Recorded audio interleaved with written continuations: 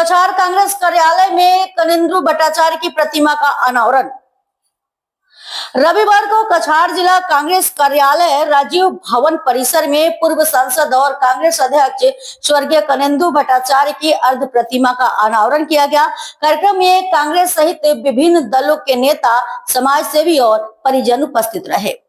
असम प्रदेश कांग्रेस के महासचिव अनवर हुसैन, विधायक मिसबाहुल इस्लाम लश्कर, पूर्व कुलपति डॉक्टर तपोधीर भट्टाचार्य सहित कई गणमान्य लोगों ने उनके सामाजिक और राजनीतिक योगदान को याद करते हुए श्रद्धांजलि अर्पित की। नेताসকল, অসম प्रदेश कांग्रेस समितिर उपसभापति आमार ज्येष्ठ नेता आमार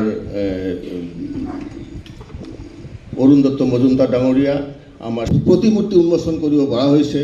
तार कारण मैं शिलचर जिला कांग्रेसक मैं आज धन्यवाद कृतज्ञता ज्ञापन करिছোঁ। लगते आज অসম प्रदेश कांग्रेस कमिटिर फाলৰ পৰা আপোনালোক সকলোকে मैं आज शुभेच्छा अभिनंदन जनाइছোঁ যে এই সভাত उपस्थित হৈ प्रयात नेतागराকীক আমি সকলোৱে শ্ৰদ্ধাৰে সোঁৱৰিছোঁ।